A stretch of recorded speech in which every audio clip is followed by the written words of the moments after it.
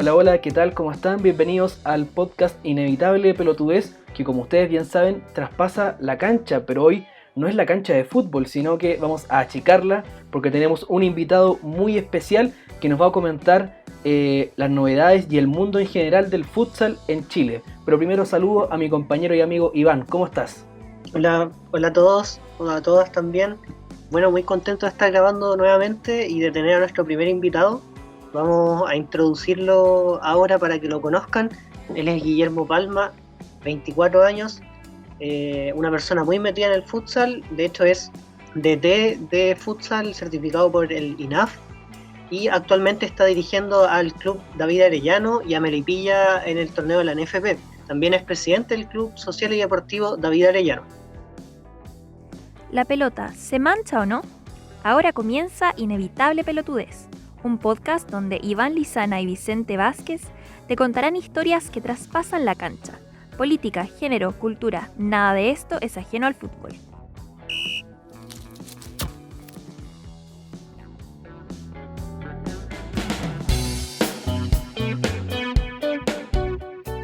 Y es cosa de leer el currículum que acaba de leer Iván y es impresionante solo con 24 años.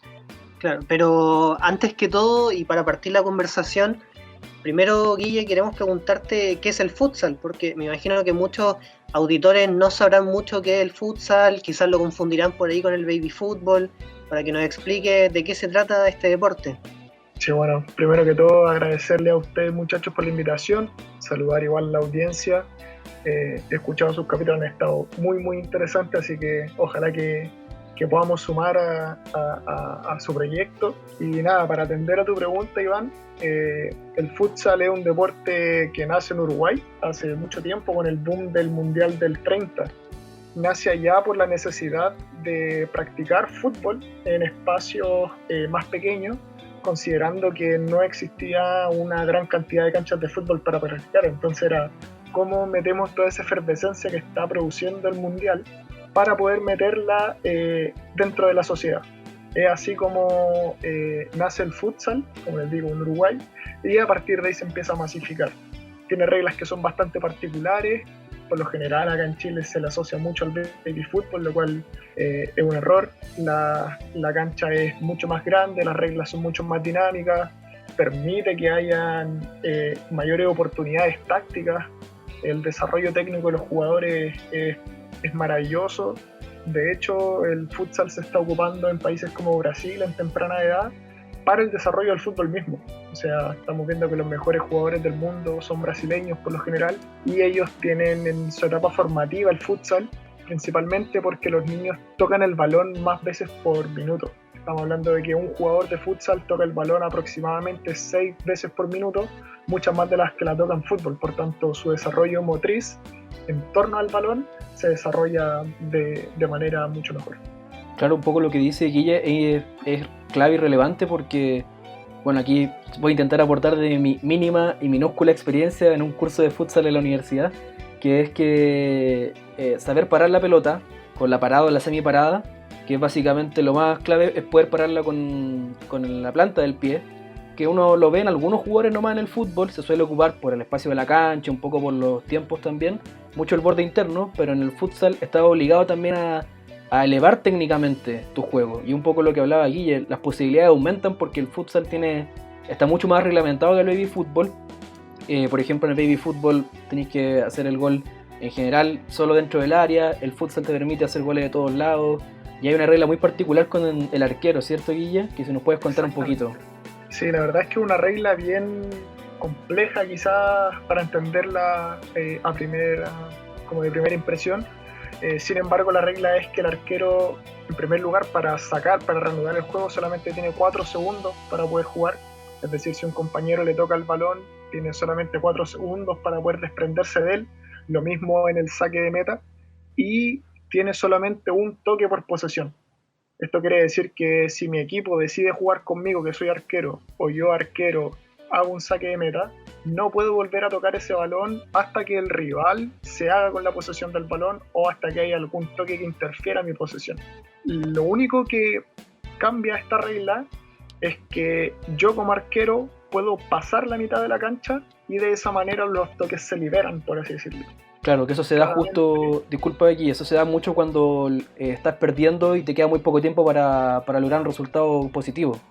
Exactamente. Claramente el arquero cuando sale tiene que asumir el riesgo de que le conviertan un gol de cualquier espacio, o sea, tenemos que entender que el arquero dejó 20 metros, se alejó 20 metros de su arco para poder tener mayor capacidad de toque. Sin embargo, tal como tú dices, Vicente, por lo general esta acción se utiliza cuando vas perdiendo y necesitas dar vuelta un marcador. ¿Por qué? Porque te para en posesión en mitad contraria, haciendo un 5 contra 4 que claramente te entrega una línea de pase más. Ahora, en términos del juego, yo veo como dos características principales del futsal que lo diferencian quizás del fútbol, del baby fútbol también. Una es como la dinámica física que tienen que tener los jugadores, porque el futsal es un va y viene constante. De hecho, es tan rápido el juego que tampoco hay posiciones que sean claras, son más bien nominales. Y por otro lado, tiendo a pensar que si lo comparamos en relación al baby fútbol en específico, es un juego que te llama también a ser un equipo, porque en un partido de futsal no tenía espacio para pasarte jugadores, no tenía espacio para hacer cachañas, para hacer dribbling, sino que tenéis que llegar a la pelota y soltarla muy rápido. ¿Es así o no es así, Guille? Claro, voy a partir por la parte física. Evidentemente estamos hablando de capacidades más que nada intermitentes, es decir, se combina mucho la resistencia anaeróbica con el caminar, trotar, etc. Hay cambios de ritmo que son constantes, por tanto los jugadores por lo general en el alto rendimiento no están en cancha más de 5 minutos. Esto también es propicio por el reglamento que permite hacer cambios ilimitados, por tanto claramente los jugadores se exigen demasiado dentro de la cancha y no dosifican tanto, lo cual hace que el juego sea muy atractivo y muy dinámico para los espectadores. Por otro lado, claramente las posiciones son absolutamente nominales, o sea, si yo soy cierre, soy ala o pivot, eso va a ser solamente al momento de que empieza la jugada, porque en el transcurso de ella probablemente me toque estar en todas las posiciones. Por último, quería mencionar como una pequeña diferencia para ejemplificar esto, y es que, por ejemplo, cuando yo pierdo el balón, lo recupera el rival. En el baby, lo que hace el jugador que está de cierre, el último hombre, por así decirlo, lo que va a hacer él es meterse adentro del área, porque claramente la única opción que tiene el equipo contrario es llegar hasta el área rival para poder hacer el gol, ¿cierto? Sin embargo, en el futsal eso no existe. El jugador tiene que tratar de temporizar, pero siempre entendiendo que el jugador que trae el balón tiene consigo además un arma mayor y que quizás muy potente, que es la del remate, considerando que los goles pueden ser de todos lados. Claro, y también un poco lo que toca Guille con las posiciones, que era algo que quería justo entrar, que para la gente que no conoce, bueno, en el baby fútbol, que es un poco lo más popular, sobre todo acá en Chile, y que yo creo que ha eclipsado un poco el mundo del futsal, en el baby fútbol, yo de lo que recuerdo a veces también uno podía jugar incluso con, decir entre comillas, 2 atrás y 2 adelante, o 2-1-1, en cambio en el futsal uno tiene que imaginarse el arquero, bueno, en el arquito, y un rombo, y uno habla del cierre, que sería el último, los 2 alas y el pivot. Pero eso, claro, como decían ustedes, va cambiando porque el partido es tan dinámico, prácticamente no tiene pausas, a pesar de que va saliendo y van parando el tiempo, se hace muy desgastante físicamente. Y también para los que piensen, bueno, si corren tanto, si le expulsan a uno, ¿qué pasa? No, porque como tiene tantos jugadores en la banca, la regla es que si le expulsan a un jugador, quedan con uno menos solamente por 2 minutos hasta que el rival haga un gol. Y si, por ejemplo, pongamos, tenemos un equipo con Guille, bueno, Guille nos convoca al David Arellano, a Iván, a mí, y expulsan a Iván porque pega una patada maletera, se queda afuera y nosotros adentro nos quedamos con 4, pero si no hacen un gol a los 5 segundos, listo, se nos reincorpora otro. No es que puedan hacer los goles que quieran durante 2 minutos. Entonces, lo básico es saber como ya, tengo 2 minutos para hacer un gol, no tengo más ventaja.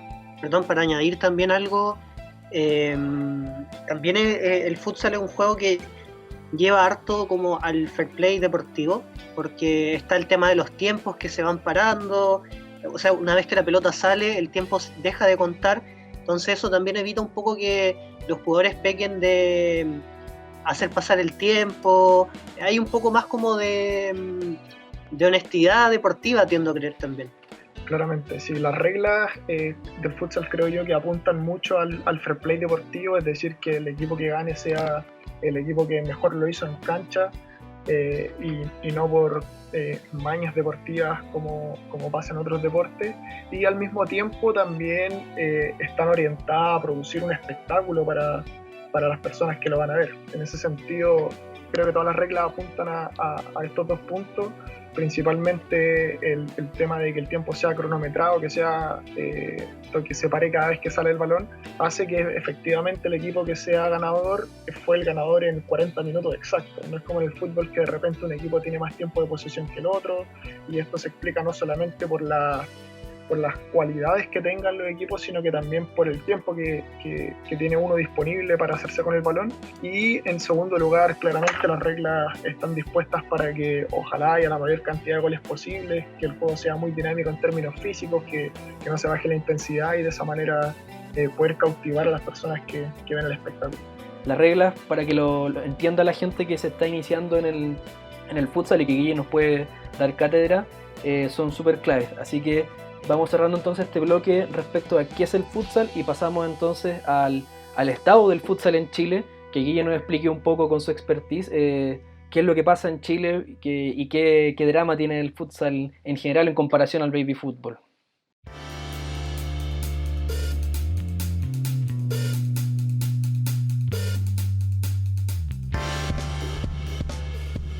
Institucionalmente el Chile hoy en día, o sea, el futsal en Chile hoy en día, y principalmente lo voy a enfocar acá en Santiago, voy a hablar un poco de regiones, pero principalmente lo voy a enfocar acá en Santiago. Hay 3 asociaciones actualmente. Está la NFP, que es la que todos conocemos, que tiene como requisito poder asociarse a un club que sea socio de ella, es decir, que pertenezca a su asociación, y de esa manera se convierte en el torneo que creo que es el más importante a nivel nacional. Sin embargo, solamente se juega acá en Santiago.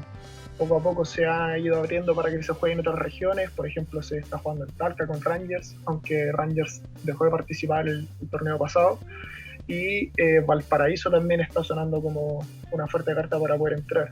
Sin embargo, es un torneo bastante centralista, que sin embargo otorga el premio, o sea, el cupo a la Copa Libertadores, que es lo que todos anhelamos dentro del mundo del futsal.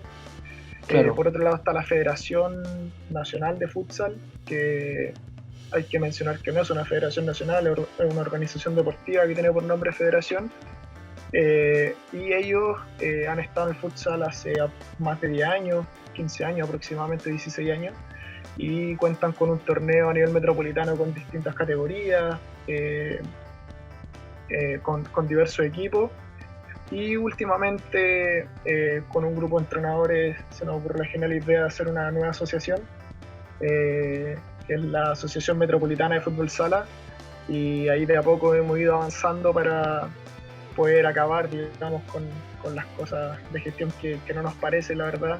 Creemos que el futsal hay que masificarlo, y para eso todo tiene que estar dispuesto para que la gente pueda practicar futsal, es decir, insertar el futsal en los barrios, insertar el futsal en los colegios, tener cobros que sean acordes a nuestra realidad, considerando que estamos apuntando a barrios, sectores que quizás son más vulnerables. Entonces hay que hacerse cargo de esa realidad, que no somos un deporte popular, que los clubes tienen que hacerse parte de este crecimiento, que los jugadores tienen que hacerse parte de este crecimiento, y eso es lo que buscamos con la AMEF, la Asociación Metropolitana de Fútbol Sala.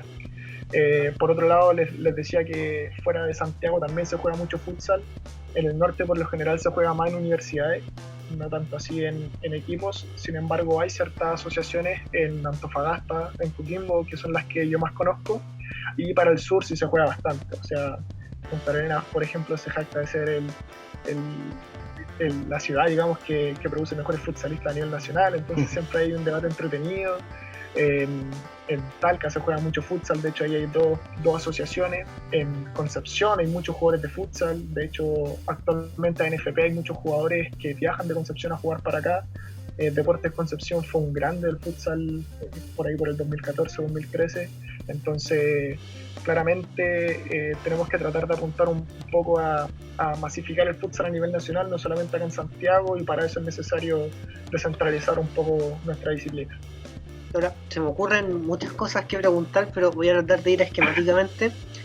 Igual un poco primero acotar que esta división que tú decías entre la NFP y otra federación que hay también se da a nivel mundial. O sea, la FIFA tiene su rama de futsal y organiza el mundial de futsal, y por otro lado, y la Conmebol, por ejemplo, también, que está asociada a la FIFA, pero por otro lado también existe la Asociación Mundial de Futsal, que vendría a ser como otra asociación que también rige el futsal a nivel mundial, creo que con algunas diferencias en las reglas también, así que no es algo particular en Chile. Me llama un poco la atención también esto que dices del centralismo que hay, teniendo buenos jugadores en regiones. Entonces, ¿cómo se da esto para desarrollar los equipos que quizás son de otras regiones, juegan acá en Santiago, tienen su sede en Santiago? ¿Cómo funciona eso? Y también un poco para los seleccionados, si de repente hay jugadores muy buenos, por ejemplo de Punta Arenas, que se pierden para la selección, los veedores no los observan simplemente. ¿Cómo opera eso? Sí, aquí creo que hay que hacer una salvedad importante, y es que la estructura deportiva para jugar futsal no es acorde, digamos, a las dimensiones en todos los sectores de Chile. Y aquí, por ejemplo, Punta Arenas juegan en canchas que son un poco más pequeñas, por eso sus jugadores técnicamente son extraordinarios, la verdad, son muy muy buenos. Sin embargo, hay otros temas que pasan por alto. Por ejemplo, sus jugadores pueden jugar más minutos en cancha por el hecho que la cancha es más chica. En una cancha 40x20 por ahí quizás se pueden perder un poco más. Entonces hay que entrar a jugar un poco con eso y ponerlo en perspectiva también a la hora de hacer este tipo de análisis. Quizás por eso no se consideran tanto los jugadores de regiones, por así decirlo, en la selección. Yo hasta ahora creo que solamente Nilson Concha, que es de Concepción, creo que ha estado en la selección. No se me ocurre otro, no se me viene otro a la cabeza.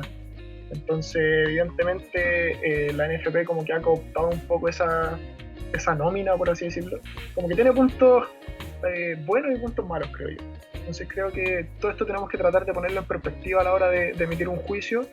Y con respecto a lo que preguntaba Iván de cómo lo hacen los equipos que son de fuera de Santiago para jugar en la NFP, sí, efectivamente la mayoría de los clubes reside acá en Santiago, salvo Rangers y Santiago Wanderers, que son de Talca y Valparaíso respectivamente.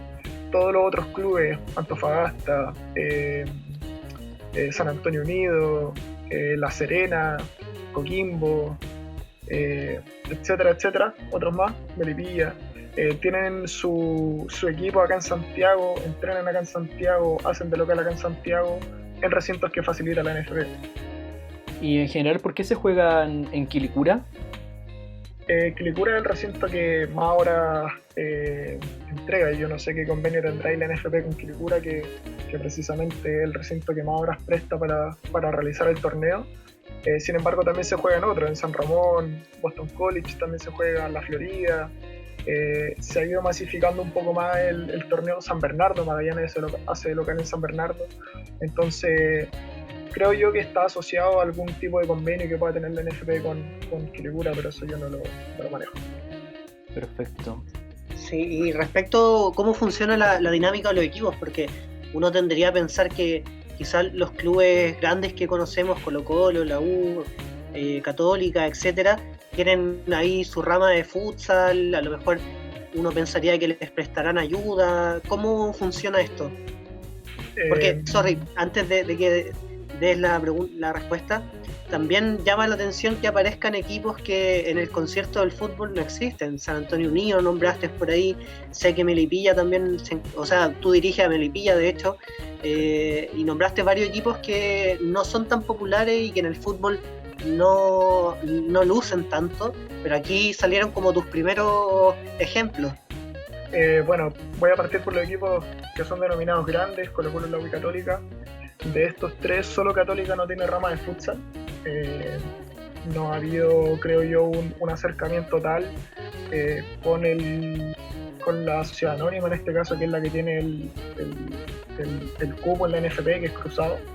Yo en algún momento hablé con el club deportivo, logré hablar con su presidente, sin embargo no pudimos prosperar porque el club deportivo no tiene el pito que tocar en la NFP, es Cruzado S.A. quien tiene la potestad ahí, y ahí nunca pudimos hablar con nadie. Entonces, Católica, como les digo, es un club que no está presente en el torneo NFP. La U tiene un nexo ahí con su preparador físico, que su preparador físico es también preparador físico en inferiores, y también en el equipo de futsal, entonces hay un nexo un poco más claro con el club.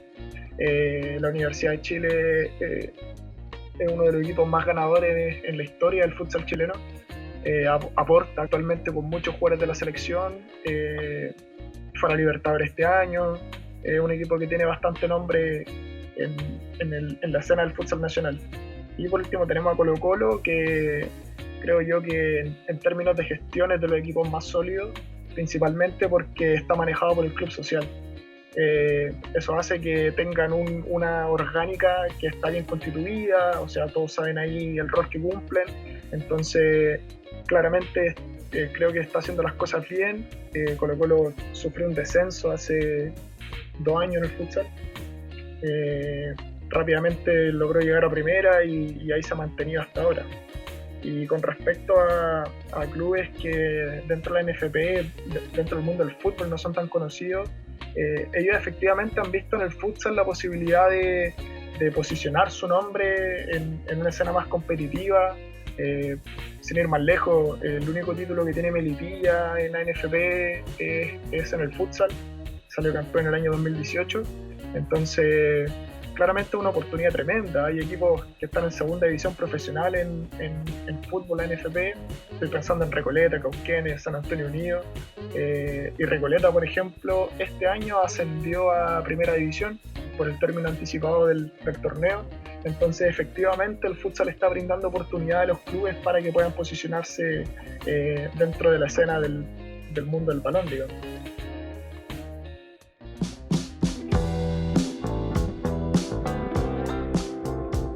Guille, y respecto ya a la interna de los clubes, ya que tú tienes la posibilidad y tenemos el privilegio de contar con un entrenador y a la vez un presidente de un club social y deportivo, ¿cómo es la vida de los jugadores? Como esta pugna constante entre el amateurismo y el profesionalismo.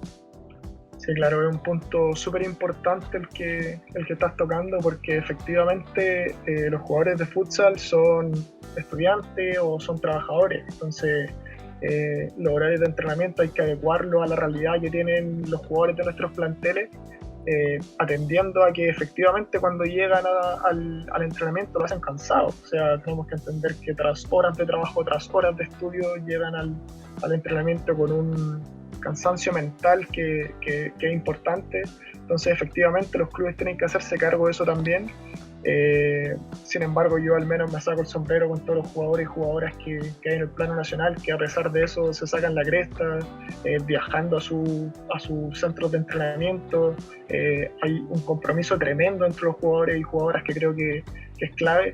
Entonces, nada, creo que el comportamiento es muy profesional por parte de ellos y de ellas también. Y lo que falta quizás por ahí es que les llegue alguna remuneración por todo el esfuerzo que tienen. Probablemente si existiera remuneración todo sería distinto. Los clubes hoy en día están entrenando 2 veces a la semana. Si existe remuneración quizás van a entrenar 4 o 5 veces a la semana. Probablemente si existiera remuneración los jugadores y jugadoras no tendrían que trabajar durante el día o quizás lo harían menos horas. Entonces hay un montón de factores ahí que se van desencadenando por procesos de causalidad. Pero nada, actualmente no hay remuneración, salvo algunos jugadores, algunos filántropos ahí que aportan un poco a los jugadores, no así los clubes. Pero eso, de a poco se ha ido avanzando en el camino del profesionalismo. Sí, bueno, ahí respecto a eso me aportaste ya una respuesta que era el apoyo que hay por parte de los clubes. O sea, por lo que entiendo, entonces aquí es más como que te prestan el nombre, los colores y sería.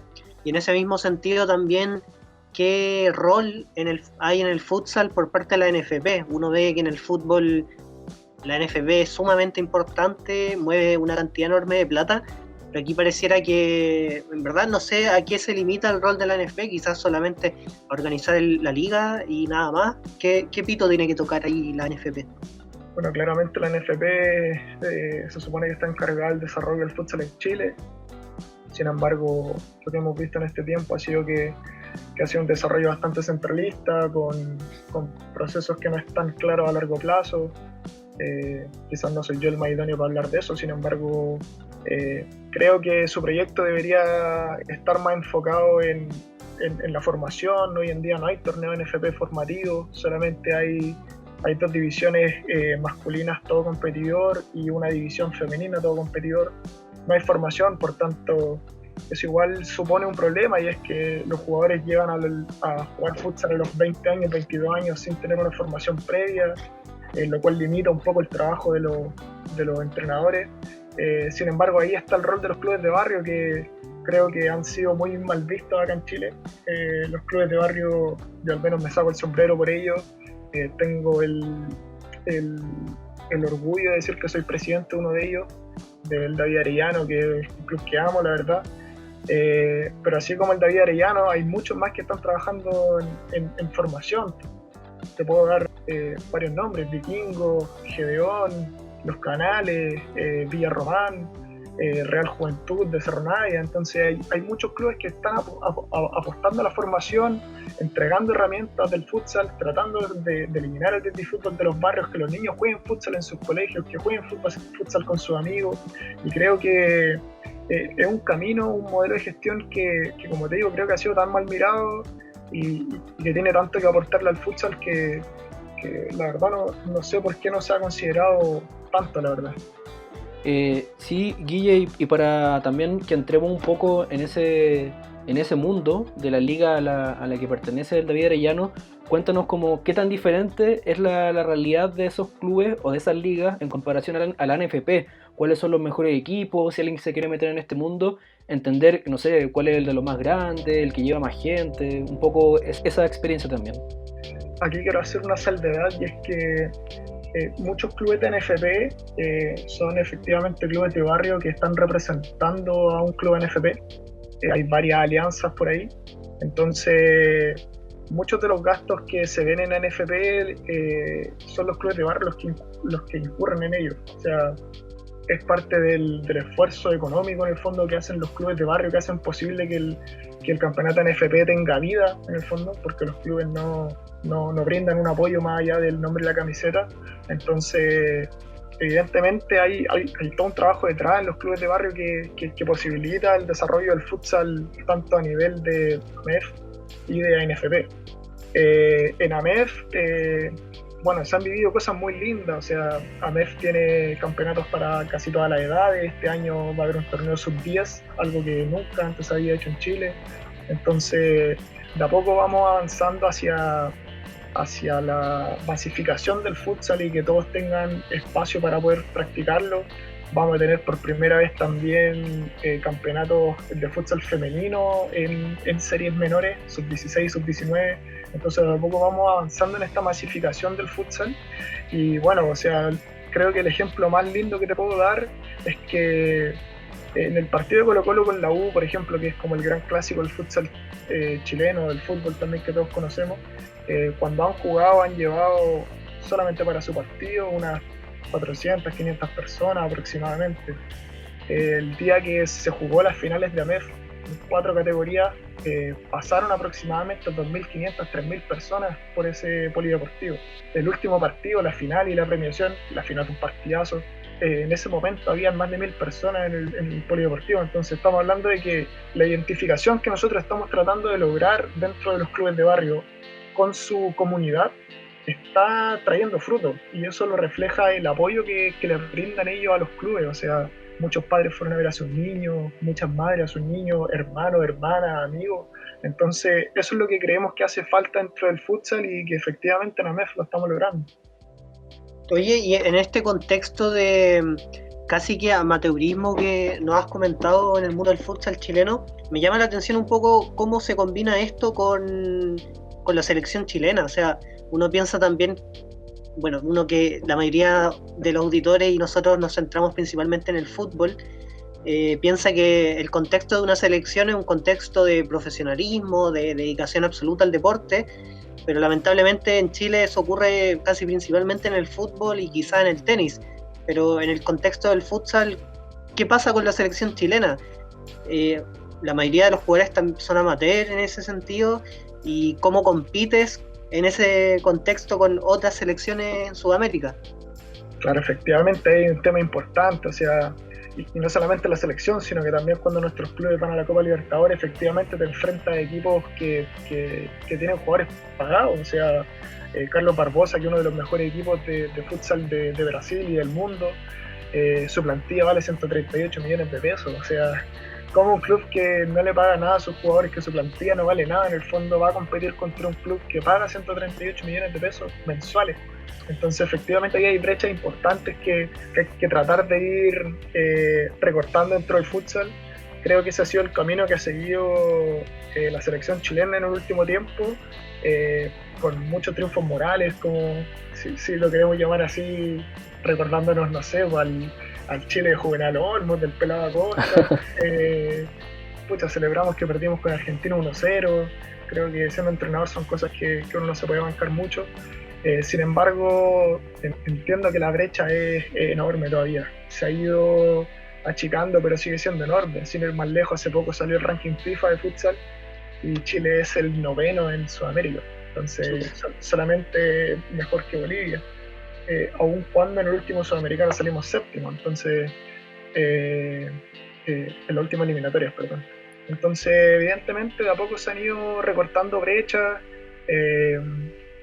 Yo creo que el futsal en Chile de a poco va a ser profesional, de a poco se va a ir profesionalizando y estamos tratando de trabajar para poder aportar en eso. 2 dudas chicas antes de otra.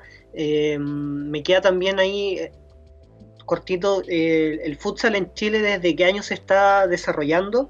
¿Ya? Y lo otro es si los resultados de la selección en Copa América o Sudamericano usualmente son esos, salir 7º, 8º, o algunas veces ha tirado más para arriba. Buena pregunta, Iván. El futsal en Chile ha tenido varios procesos, la verdad. El primer campeonato al que se tiene registro es de los años 80, con campeón Colo-Colo, se jugó en Teatro Caupolicán. Sin embargo, como que cabrón, esto no prendió, así que lamentablemente tuvo muchas lagunas, años que no se jugó. El año 2010 aproximadamente se vuelve a retomar con regularidad. Sin embargo, hubieron 2 o 3 años nuevamente que hubo una laguna, hasta llegar al 2016, donde ahí nos hemos mantenido estable hasta el día de hoy. El campeonato ha crecido bastante, muchos equipos se han sumado, digamos, al futsal. Ahora hay un campeonato femenino, como les decía, entonces de a poco ha ido surgiendo. Ahí creo que la federación igual ha tenido un rol importante, tratando de masificar el futsal, aun cuando no van tantas personas a ver sus encuentros.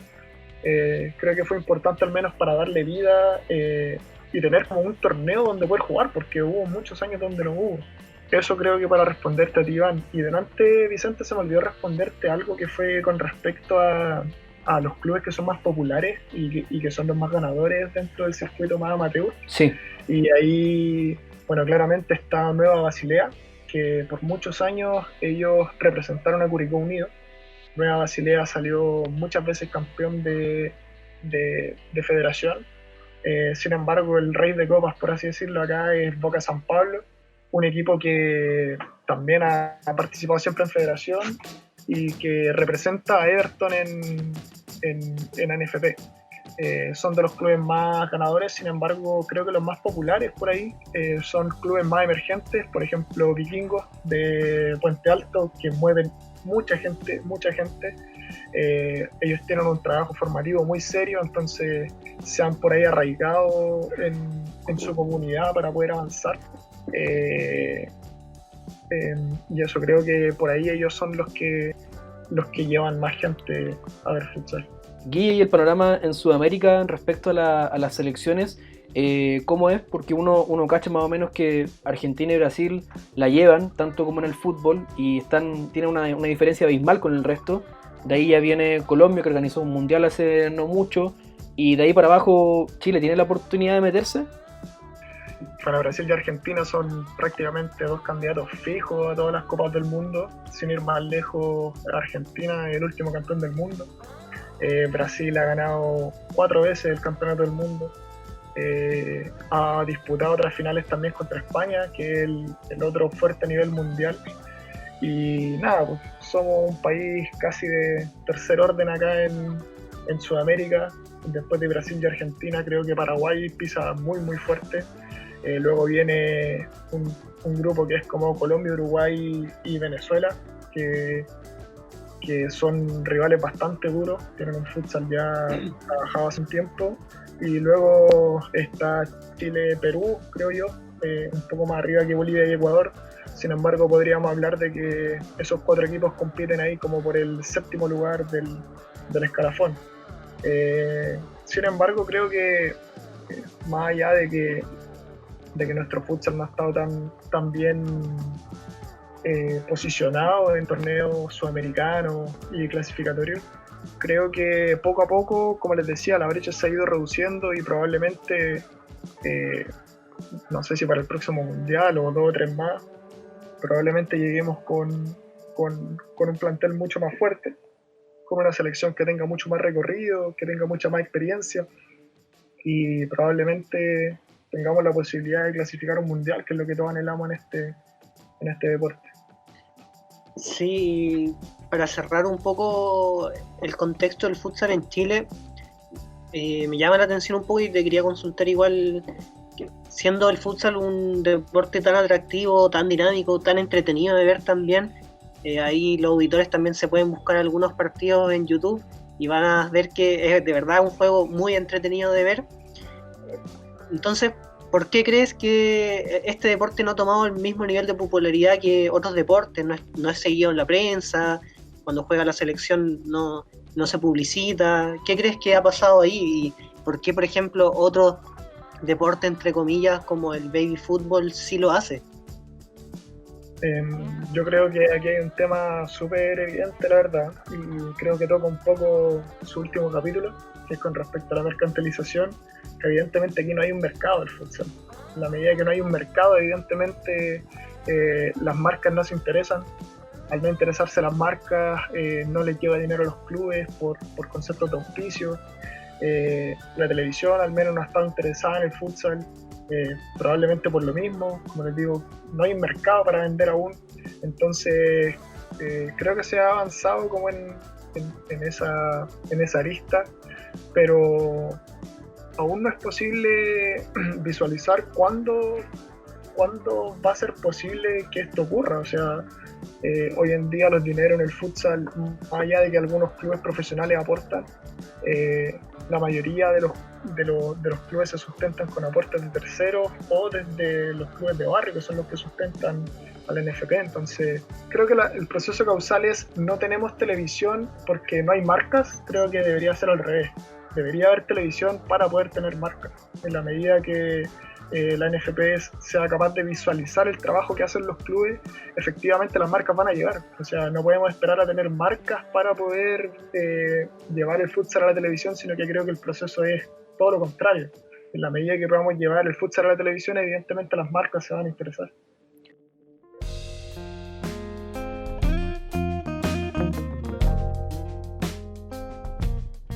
Bueno, Guille nos ha dado un muy buen contexto para entender cómo es el desarrollo del futsal incipiente, muy incipiente todavía, sobre todo en nuestro país, y cómo competir también desde el punto de vista de los clubes y la selección en todos los campeonatos sudamericanos. Pero ahora queremos pasar, Guille, a una etapa más personal, a tu experiencia como director técnico y presidente de David Arellano. Yo, como les decía, el David Arellano es el club que me mostró el futsal, el club que me hizo amarlo y claramente me ha entregado al 100% en este club, no solo en la parte deportiva, sino que también en la parte de gestión, principalmente gracias a lo que puedo estudiar. Yo soy sociólogo aparte de entrenador de futsal, entonces por ahí ha sido un poco más fácil meterme en la parte institucional, saber cómo posicionar nuestro club en términos institucionales, hacerlo parte de ciertas asociaciones, poder generar convenios con algunas otras instituciones, etc. Y nada, por ahí, o sea, yo llegué a David Arellano siendo jugador, y poco a poco me di cuenta que que no tenía talento. No es suficiente. No es tan así. Claro, no tenía el suficiente talento, que no iba a prosperar tanto. Yo soy más que autocrítico, me conozco mucho y no pude adaptarme tanto del fútbol al futsal. Entonces, efectivamente, me di cuenta de eso rápidamente y preferí dar un paso al costado. Y fue ahí donde me empecé a interiorizar más en el mundo de la dirección técnica. Agradecer ampliamente a León Moyano, que hoy en día es ayudante técnico de la Universidad de Chile. León fue quien me permitió dar mis primeras armas siendo su ayudante técnico.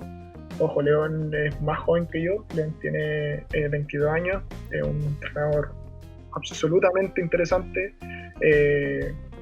tiene muchos conocimientos y es hoy en día parte de uno de los mejores cuerpos técnicos que hay en el país. Entonces agradecerle a León por haberme dado la oportunidad. Después yo seguí al mando del equipo después de su salida y bueno, me tocó vivir un momento bien malo al principio. El club venía con un punto de 21 posible, estábamos últimos en la tabla, estábamos a punto de descender y bueno, quedaban 6 fechas y lamentablemente no pudimos mantener la categoría. Mi primera experiencia como entrenador fue vivir un descenso, los Pellegrini. Qué duro. Sí, fue un momento complejo, o sea, entendiendo todo lo que esto trae consigo. O sea, tenemos que entender que es algo que no es profesional, por tanto no hay un contrato de por medio con los jugadores. Muchos jugadores al momento que ven que las cosas no salen se van, entendiendo que nuestro club igual tenía pocos años de vida, entonces es bien complejo todo lo que se da. No obstante, a partir de eso, el año siguiente tenemos una muy buena campaña, un torneo de verano muy, muy bueno, hasta llegar al último torneo que fue en AMEF, donde fuimos finalistas, perdimos la final contra Valdivia. Entonces, como todo lo que ha traído el David Arellano, creo que en parte he adquirido mucha experiencia en todo este tiempo, ha permitido un poco seguir creciendo. Nuestro club además ha aportado ciertos jugadores a la selección. Actualmente en el plantel hay 4 jugadores que pasaron por la selección, 2 actualmente están. Entonces, claramente da cuenta de que las cosas las hemos hecho bien. Sin duda en un momento los resultados no se nos dieron, sin embargo creo que todo es parte del crecimiento. En esto todo es crecimiento. Claramente como club nos supimos sobreponer a eso y hoy en día somos un club que tiene, aparte que deportivamente es sólido, e institucionalmente está funcionando, creo yo que bastante bien. O sea, tenemos una estructura orgánica clara, cada quien tiene claros sus roles, tenemos socios activos que participan activamente en el club, hemos crecido en divisiones menores, hoy en día tenemos 2 divisiones formativas, hoy en día creo que todas las personas que están dentro del mundo del futsal conocen al David Arellano, así que nos hemos posicionado bien. Sí, y cómo trasladar esa experiencia a Melipilla, porque tú nos comentabas que la realidad es prácticamente la misma, pero sobre todo desde tu experiencia.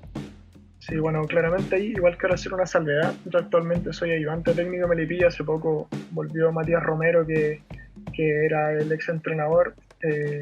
A Matías yo lo admiro mucho, la verdad, él fue quien me llevó a Melipilla como su ayudante. Yo lo acepté sin duda porque iba a tener al lado mío, digamos, como primer entrenador a un grande del futsal. Y a partir de ahí he ido creciendo muchísimo. O sea, creo que en parte las cosas que he aprendido en Melipilla también me han servido para llevarlas a cabo en el David Arellano. He pulido mucho más mi idea de juego en torno al futsal gracias a Matías. Es una persona a la que yo le agradezco demasiado. O sea, he crecido mucho a su lado, espero crecer más. Quiero seguir aprendiendo, tengo recién 24 años, así que mi parada dentro de esto es ojalá seguir aprendiendo lo máximo posible y de a poco ir asumiendo más responsabilidades. Sin embargo, cuando yo llegué a Melipilla, Melipilla fue campeón en 2018, tuvo un semestre en donde clasificó a playoffs, sin embargo quedó eliminado en semifinales y ahí su entrenador René Tejía se va a la Universidad de Chile. Ahí asume su ayudante técnico en ese momento, que era Matías Romero, y Matías me contacta a mí para que sea su ayudante. Como les digo, yo igual creo que siempre supe que me iba a ir para allá, sin embargo tenía un apego muy fuerte a David Arellano, y a David Arellano lo dejé un tiempo de dirigir, producto que no sabía cuál iba a ser el real impacto que iba a tener en mi vida dirigir Melipilla, en términos de tiempo, considerando que trabajo antes de estar en los entrenamientos. Así que tuve que dejar de David Arellano un tiempo, fue una decisión difícil, y nada, en Melipilla tuvimos un torneo complejo, por primera vez creo que desde que está Melipilla no clasificamos a playoff. Por ahí Matías Romero igual tuvo una pequeña salida por problemas con la dirigencia, que bueno, afortunadamente todo eso se sanó. Quedé yo al mando del equipo durante 5 fechas en las que no pudimos entrenar porque no teníamos cancha para entrenar. Pudimos sacar varios puntos que nos dejaron al borde de la clasificación a playoff. Sin embargo no fue posible y nada, pues, ahora vivimos un proceso mucho más bonito. El plantel que está armando Melipilla está muy fuerte. Así que nada, ahí como les digo, todo este aprendizaje, o sea, las cosas que hacen que los clubes se caigan, creo que son para hacerlas más fuertes. Hay que aprovechar las oportunidades cuando uno las tiene, es algo que trato de inculcarle mucho a los jugadores. Y nada, hoy en día en Melipilla estamos viviendo un proceso muy bonito. De verdad llegaron jugadores de muy buena calidad a nuestro plantel, así que nada, y esperamos pisar fuerte y en David Arellano también. Y en relación con el trabajo que tú haces en el David y en Melipilla, ¿cómo juegan tu equipo? ¿Cómo te gusta hacerlos jugar? ¿Cómo los entrenas? ¿Qué buscas que muestre el juego? Bueno, principalmente tenemos que tratar de que el jugador entienda el juego. Creo que eso es lo principal. Si el jugador no entiende el juego, todo lo que tú le puedes enseñar no sirve de nada. Entonces lo primero es que el jugador entienda el juego, entienda la lógica que hay detrás, entienda los momentos que tiene. En la medida que el jugador entiende eso, entiende los momentos, qué es lo que hay que hacer en cada momento, qué es lo que hay que hacer siguiendo la lógica del juego, ahí ya nos podemos meter a cosas un poco más específicas. A mí me gustan los equipos que tienen un buen ataque posicional. ¿A qué voy con esto? A que cuando tengamos el balón podamos distribuirlo y tener la posesión del balón el tiempo que sea necesario, para poder burlar, si se quiere, la defensa rival, eludirla, el sistema defensivo que nos propone el rival. Y ahí claramente tenemos jugadores que son bastante técnicos, que tienen muy buen pie, muy buen remate, entonces por ahí se hace un poco más fácil buscar jugadores de esas características para esta idea. Defensivamente soy un entrenador que le gusta recuperar el balón, ojalá lo más alto posible. Trato de inculcar eso, de tener una obsesión por tener el balón, es decir, cuando lo tengo quiero tenerlo el máximo el tiempo posible, cuando lo tiene el rival, ser obsesivo con recuperarlo. Creo que traspasar eso al jugador, entregarle las herramientas para hacerlo, hacen que nuestro club o nuestro equipo durante el partido sea el dominador, aunque claramente hay veces que esto no resulta y hay que hacer todo lo contrario. O sea, no vamos a poder recuperar el balón alto y hay que meterse atrás ¿no? O sea, no hay que tener asco tampoco a eso, entendiendo que todo esto es estrategia. El objetivo es convertir más goles que el rival y el cómo ahí depende de cada uno de nosotros, los entrenadores. Perfecto. Por último, Guille, ¿te ves de aquí a 5 años en el mundo del futsal? ¿Cómo se proyecta tu carrera?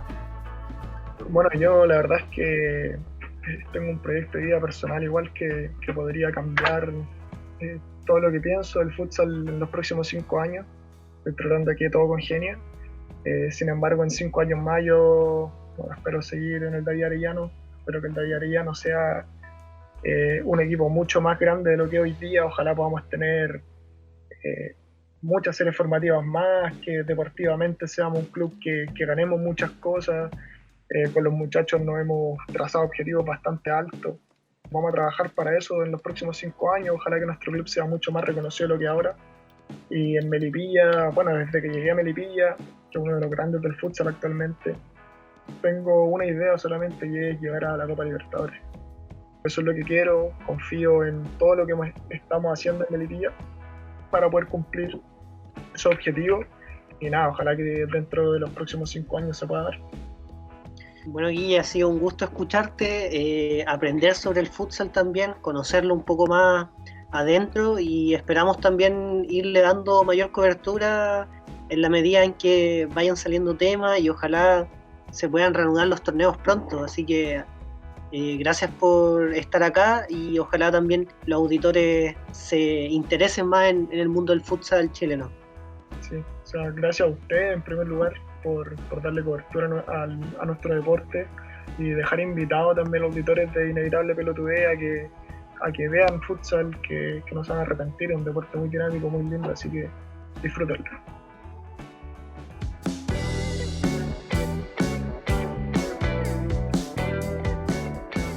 Sí, agradecerle totalmente a Guille por participar en nuestro podcast, y a todos recordarles que vamos a tener también contenido de esta entrevista en el Instagram, @inevitablepelotudez.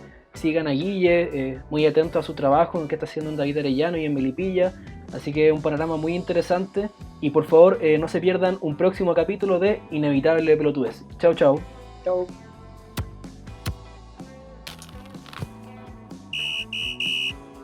El tercer tiempo ya terminó, pero siempre habrá temas para conversar sobre el deporte rey. No te pierdas el próximo capítulo de Inevitable Pelotudez, donde Iván Lizana y Vicente Vázquez traerán más historias que traspasan la cancha de fútbol.